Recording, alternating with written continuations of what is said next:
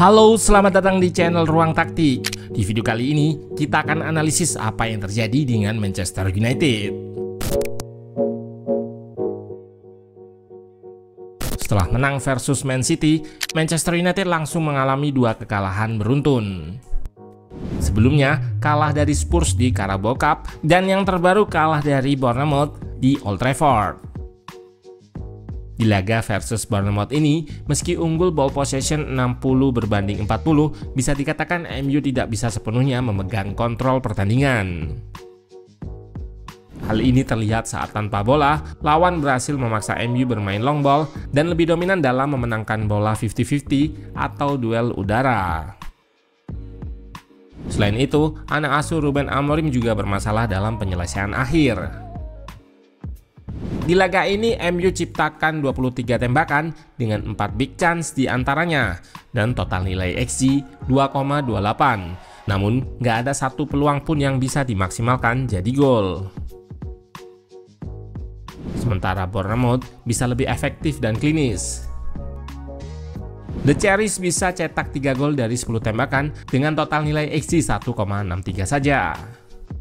Nah, bagaimana jalannya laga dari segi taktikal dan apa yang jadi penyebab kekalahan MU? Let's go, kita bahas sama-sama.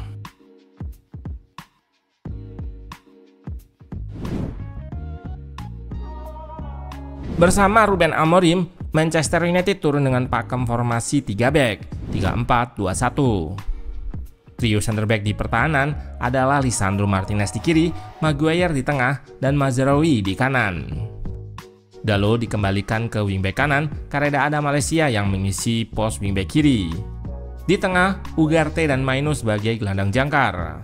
Di depannya ada Bruno dan Amad Diallo sebagai double number 10 untuk menopang Joshua Zirkzee.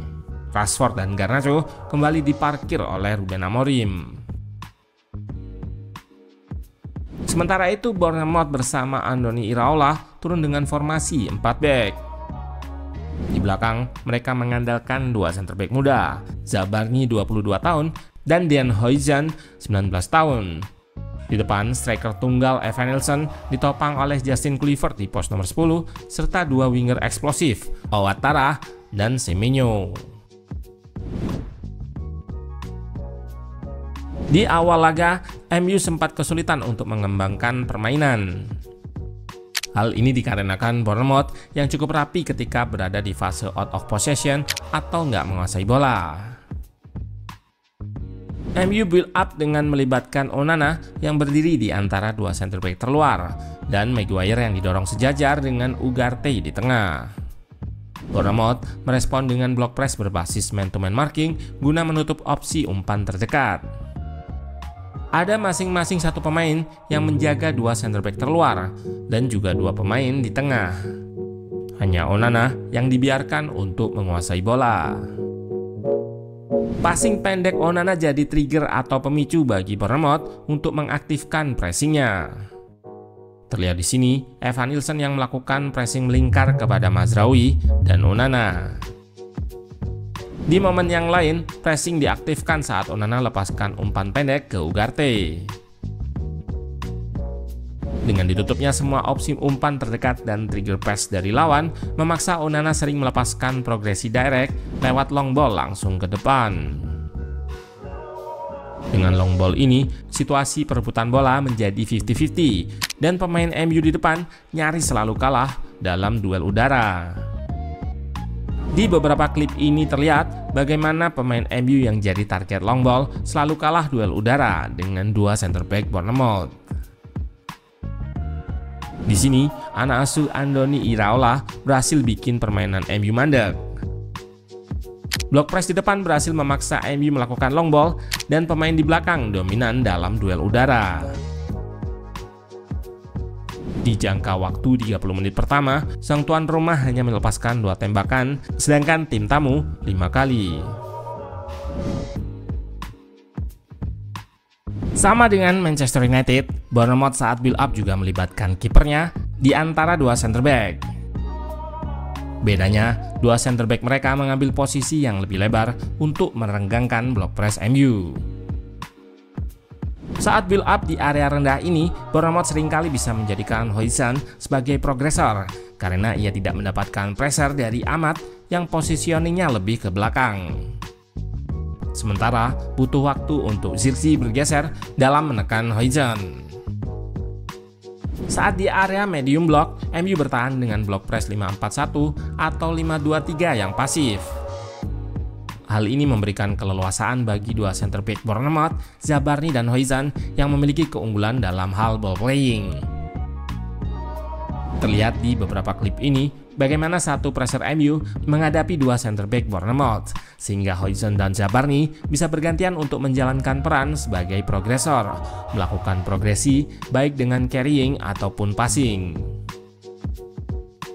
Dari data terlihat, dua center back inilah yang jadi pemain paling banyak melepaskan umpan progresi. Jadi selain piawai dalam duel udara ketika bertahan, saat bangun serangan, Zabarni dan Huijsen juga bagus dalam melepaskan progresi dari belakang. Kepiawaian center back Bournemouth dalam duel udara juga terlihat di gol pertama Bournemouth yang tercipta lewat set piece. Huijsen berhasil menyambung crossing dari sisi kiri. Terlihat mantan bek Juventus dan AS Roma ini yang menggunakan tangannya guna menciptakan jarak dengan Zirkzee. Ini membuat ia bisa memiliki ruang untuk melakukan lompatan dan flick headernya ke tiang jauh membuat Onana melongo membiarkan bola masuk ke dalam gawang. Gol pertama Bournemouth ini semakin menegaskan kelemahan MU dalam menghadapi situasi defense set piece. Sejauh ini, mereka sudah kebobolan 9 gol dari situasi bola mati, terbanyak kedua di EPL. Setelah sempat kesulitan kembangkan permainan, Manchester United perlahan mulai bisa ciptakan serangan. Set play attacking yang sering dilakukan adalah dengan menumpuk banyak pemain di kotak penalti guna mendorong backline Bournemouth mendekat dengan gawang dan menciptakan ruang bagi pemain untuk menerima cutback. Set play serangan ini cukup berhasil dieksekusi, namun masalahnya ada di penyelesaian akhir di mana tembakan pemain MU sering meleset dari sasaran. The Red Devil juga beberapa kali mendapatkan kesempatan ciptakan peluang dari transisi melalui serangan balik, namun lagi-lagi terganjal dengan finishing yang nggak klinis. Upaya tembakan dari jarak jauh juga dilakukan oleh MU, meski lebih banyak yang tidak on target. Selain finishing dan tembakan yang meleset, gemilangnya penampilan Kepa juga jadi ganjalan bagi MU untuk cetak gol. Ex-kiper Chelsea ini bikin 7 penyelamatan pada laga ini. Di tengah upaya mengejar ketertinggalan, di babak kedua MU malah bobol 2 gol di waktu yang berdekatan. Gol kedua Bournemouth di menit 61 berawal dari aksi sang center back Ilya Zabarni yang melepaskan long ball dan bisa diterima dengan baik oleh striker di depan. Selanjutnya, serangan mereka berhasil menembus sisi kanan pertahanan MU melalui Kluivert yang roaming. Ia lolos dan memaksa Mazraoui melakukan pelanggaran kepadanya. Penalti dieksekusi sendiri oleh Kluivert dan berhasil gandakan keunggulan menjadi 0-2. Hanya berselang 2 menit, tim tamu kembali pertebal keunggulan. Kali ini berawal dari Maino yang dikepung oleh 2 pemain lawan dan kehilangan bola di lini tengah. Terjadi counter attack bagi Bournemouth. Evan Nilsson disupport oleh Ouattara yang ekspos sisi kanan pertahanan MU, di mana Mazraoui yang kala itu digeser jadi wingback kanan masih belum kembali ke posisinya. Ouattara merangsek ke kotak penalti dan lepaskan cutback ke Semenyo. Di sini terlihat awareness yang kurang dari Lisandro Martinez, di mana ia terlalu jauh jaraknya dengan Semenyo, padahal tidak ada pemain Bournemouth lain di kotak penalti. Skor 0-3 bertahan hingga akhir. Kekalahan ini jadi cerminan jika masih banyak PR yang harus dikerjakan oleh Ruben Amorim. Planning jangka pendek adalah beli pemain, namun market di tengah musim lebih sulit dari akhir musim. Bagi Bournemouth, hasil ini membawanya naik ke posisi 5 klasemen sementara. Musim ini bersama Andoni Iraola, The Cherries menjelma jadi batu sandungan tim-tim besar. Sebelum MU, Man City dan Arsenal sudah merasakan keganasan Bournemouth.